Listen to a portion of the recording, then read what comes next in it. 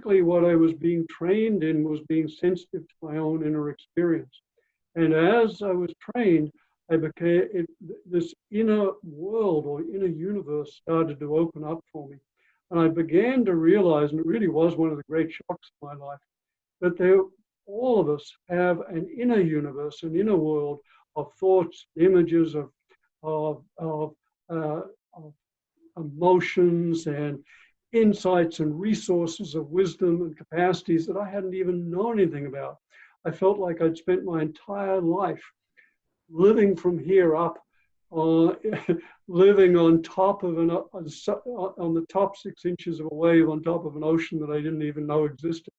And yet there was this inner universe of wisdom and insight and guidance and understanding that I could draw on when that became available. And that opened the door to the contemplative practices, meditation and yoga and Christian contemplation and a variety of other practices. They were a kind of natural follow-on to that. And as I did that, as I got into those, first off, I had the same experience you described, Robert. That is, how I was shocked at how out of control the mind is, and how difficult it was to concentrate for any length of time, to really sustain sensitive awareness on any experience, inner or outer. And the mind was usually flitting about here and there and all over the place like a crazy monkey.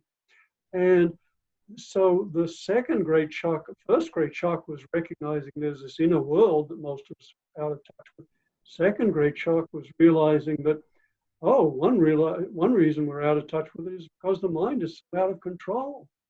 And that was astounding. And along with that was the shock of realizing that until we start to try to train the mind, we can spend an entire lifetime unaware how out of control our minds are, and how therefore out of touch we are with ourselves and our own inner depths. And then that led to another shock, another surprise of realizing, well, okay, I need to get some instruction in meditation. I need to start exploring, these practices, and I need to learn from people who've done it. As I did, I began to realize that there were people across the centuries in the world who just had trained deeply, systematically for years, intensely, and had understood the mind way more than I did, even after my psychiatric training. In fact, it felt like a number of them had certain insights into our human nature and the nature of the mind and how to train it and how to cultivate well-being and foster psychological maturity and well-being and spiritual opening, but just weren't even part of my Western psychiatric training or weren't part of conventional psychological knowledge. So that was an extraordinary shock. Across the world's cultures, there are cultures such as our own in the West, which center our understanding of ourselves and the world around our usual waking state. And then there are cultures, actually most of the world's traditional cultures, which derive their understanding of human nature and life and the world from multiple states. And the additional states might be from dreams or from various shamanic trances or from meditative states, of which there are many, or yogic states, of which there are many. So they have a multi-state view of the understanding of life and ourselves, and they draw from and integrate these. And as such, they tend to have a richer understanding of the fluidity of consciousness, of the variety of states of consciousness available to us, the ways the world looks and we look from those different states. And essentially, it's a richer cosmology and a richer psychology. So this brings up a core area that Closer to Truth has focused on for 20 years, and that is consciousness, the nature of consciousness. And our approach has been, admittedly, somewhat narrow. And it's narrow in the aspects that we feel comfortable, and I feel comfortable handling at a level that I know I'm dealing with I don't have to agree with every opinion I hear, but at least I know it's within an understanding that I can sense its sophistication, its coherence, even if I don't agree with it. And those two aspects are neuroscience in all of its aspects, well, maybe three: neuroscience, cognitive science, and philosophy of mind. Philosophy of mind being an analytical way of thinking. Now, many have accused me and us of that's too narrow, and that you'll never make ultimate progress in understanding consciousness. So as you know, over this period of time, last 20 years, consciousness studies has become a legitimate, real area of scientific interest, that you don't have to worry about not getting tenure if you study consciousness anymore. So it's a very serious area.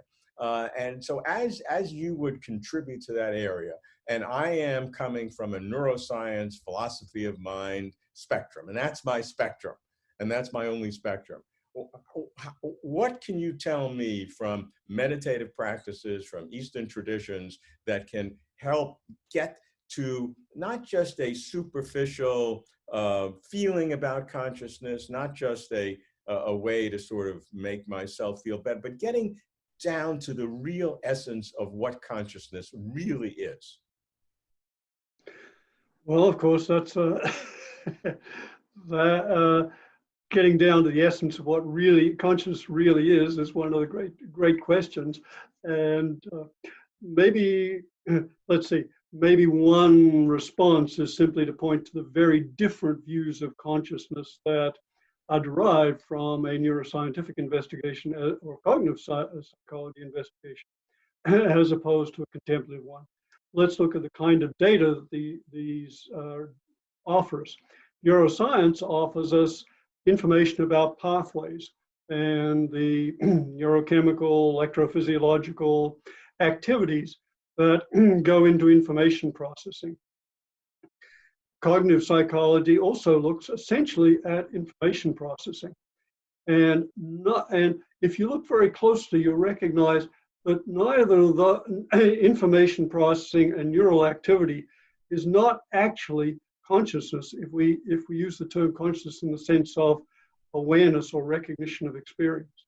So there's a very fundamental question about whether these are actually, how much these are actually investigating consciousness. So what can meditative practices do to give us a deeper understanding? I mean, describe your own practices. I mean, we're talking very abstractly, but what do you do, and how does that help understand consciousness?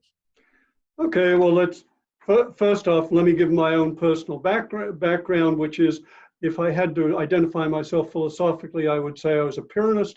Pyrrhonists are radical skeptics about or radical questioners, saying that fundamentally all is mystery, bottomless mystery. That's one of the insights out of my contemplative practice. And within that, I'm happy to say, here are my current understandings and hypotheses. One of them is I started off, like you, as a hardcore neuroscientist, materialist, reductionist. Basically, the matter is foundational. Brain is what awareness, consciousness stems from. In contemplative practice, as I went deeper and deeper into experience, more and more it became apparent that it seemed like actually the reverse was true, that everything, the consciousness was primary, and that everything was an expression of consciousness. And everything we experience is actually a manifestation, projection, expression of consciousness.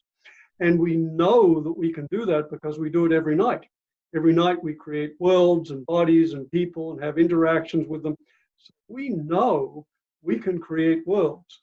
And if you look, for example, at the Tibetan yoga of dream yoga, as the Dalai Lama once, I was in a lecture once with the Dalai Lama, he said, well, what we do is we try to teach our monks and nuns to be aware while they're dreaming. And I thought, oh yeah, lucid dreaming, I know that.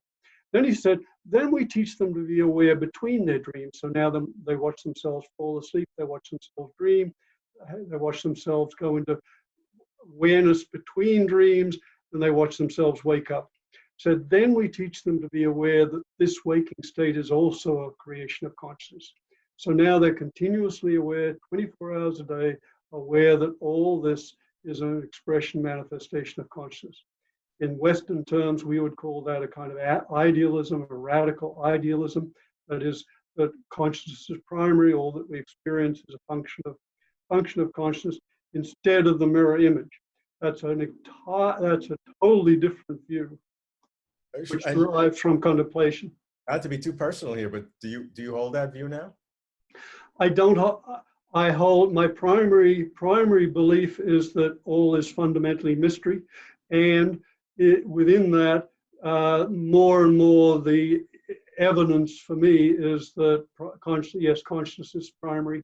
This game is vastly more than we ever imagined. The consciousness creates this and other realms, and in meditation you can actually taste some of those. Now, so, of course, I have heard this, of course, from many individuals, but most of whom do not have the scientific training that you do. So that's why I find this fascinating. So what I'm trying to find is the nexus, the linkage between what you feel you experience. I too know the feeling in dreams and the awake state, and in dreams I can be extremely rational in dealing with situations that are so wildly bizarre that are humorously absurd. Yet in that absurdity, which is impossible in reality, I am very logical in dealing with the problems that occur. So it's this odd combination. But when I awake, it is just sort of a manifestation of what had occurred. So what? And can I toss in something there, Robert? From Vedantic Indian philosophy, what you did when you wake up, you subrate the dream experience. While you were dreaming, it seemed real. If you become lucid in the dream, or if you wake up, you realize, oh, that was just a dream. But the contemplative traditions would say it's possible to subrate the waking experience and recognize that, oh, I thought I was really awake, but I wasn't. This too was a form of illusion. So the example you gave, the contemplative traditions would take a step further. Yeah, okay, and that's where I would have the problem. I understand. Me, I had it too.